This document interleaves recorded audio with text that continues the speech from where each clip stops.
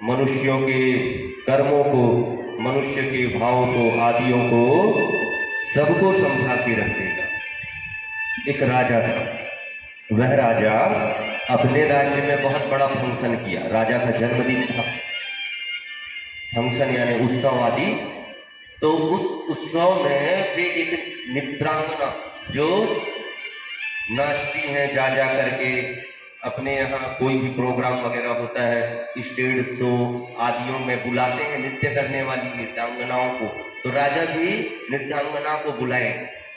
अब राज्यसभा में सभी बैठे, चारों ओर बैठ करके सभासद सभी वह नृत्यांगना की नृत्य का आनंद ले रहे हैं।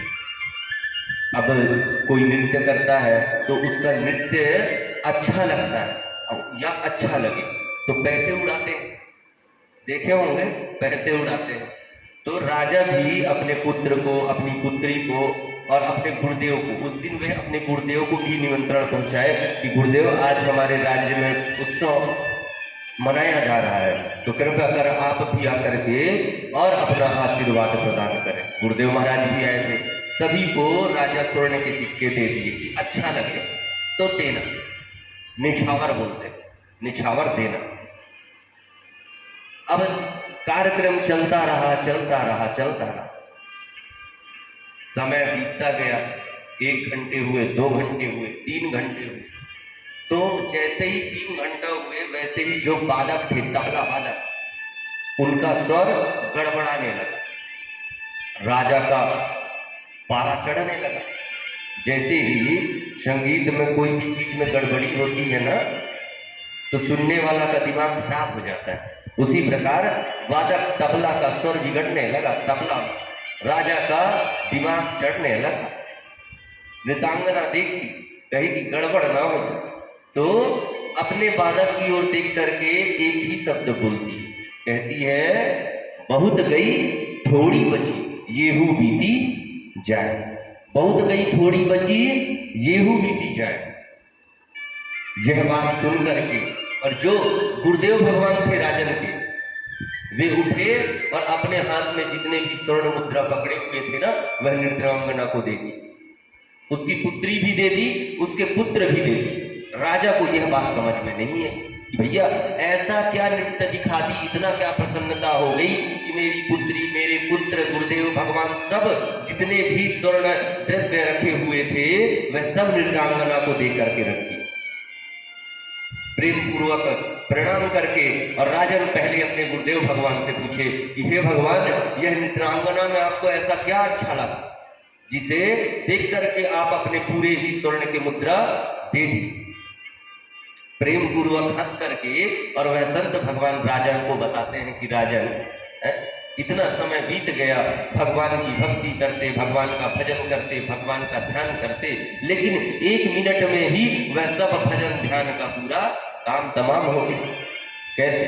अरे भाई, इतने दिन तक जंगल में जाकर के तपस्या करे, जप करे, तप करे, भगवान की भक्ति किए, लेकिन आज आपके यहाँ उत्सव में आकर के बैठ करके और यह नृत्यांगना की नृत्य देख करके यह अपनी भक्ति शक्ति सब नष्ट कर दी। तो इसमें कौन सी बात? तो इसमें बात नहीं, जो नृत्यांगना थी वह अपने वादक की ओर देख करके एक शब्द बोली, क्या? बहुत गई थोड़ी बची और ये हो बीती जाए। वो शब्द ही बोली कि मैं जंगल में तपस्या, पूजन पाठ आदि करता था, इतना समय बीत गया और जब थोड़े समय बचा तो मैं आकर के ये नृत्यांगना की नृत्य देख रहा हूं। यह तो बहुत ही गलत है। गुरुदेव की बात समझ में आई राजा ने अपने पुत्र से पूछा कि भाई तूने काहे दे दिया? तो पुत्र ने कहा कि पिताजी, मैं भी बड़ा होता जा रहा हूँ, बड़ा हो गया हूँ, मुझे अब राजा बनने की बहुत ही इच्छा है, मैं भी राजा बनना चाहता हूँ, लेकिन जब तक आप रहेंगे तब तक तो मैं राजा बनने वाला नहीं। इसीलिए आज मैं एक विचार किया कि आज उत्सव समाप्त होने के बाद सोते सोते आपका राम नाम सत्य कर दूंगा। तो रुक कैसे गए? तो इसमें ये स्वर्ण सिक्का देने वाली क्या बात है? तो बोली ना कि बहुत गई थोड़ी बची येहू बीती जाए, यानी आप तो आधे से ज्यादा जी चुके हैं और उसके बाद मर जाएंगे, उसके बाद सर्वस्व तो मेरा ही है ना। उसके पुत्र की भी बात समझ में आ गई। अब पुत्री से पूछा कि भाई तुम काहे दे दी, तुम्हें तो ना राज्य चाहिए ना तुम संत हो, तुम तो पुत्री हो, तुमने काहे दे दी। तो वह पुत्री कहती है कि पिताजी आप मेरे ऊपर भी ध्यान नहीं दे रहे, अपने राज्य कर्म के भाव में इतने बह गए हैं, राज सुख में इतने बह चुके हैं, न आपको तुम्हारी आपकी पुत्र की पड़ी है न पुत्री में। मेरा उम्र बीतता जा रहा है, मैं भी विवाह योग्य होते जा रही हूँ, मुझे भी विवाह करनी है, लेकिन आपको तो मेरी कोई चिंता ही नहीं। तो इसमें स्वर्ण की सिक्का देने वाली कौन सी बात है, राजा पूछे भाई।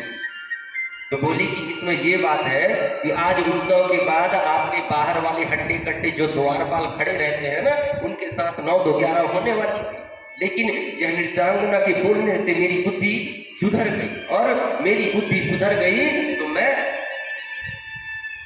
स्वर्ण के पूरे सिक्के वह नृत्यांगना को दे दिया। मैंने भी यही सोचा कि इतना समय तक तो ऐसे ही रह दिए, तो थोड़े से समय और ऐसे रह लेते, विवाह तो होगी। यह सुन करके और राजा के मन में वैराग्य उत्पन्न हो गया। राजा अपना सर्वस्व राज धन अपने पुत्र को दे करके और अपने गुरुदेव भगवान के साथ वन की ओर प्रस्थान कर गए।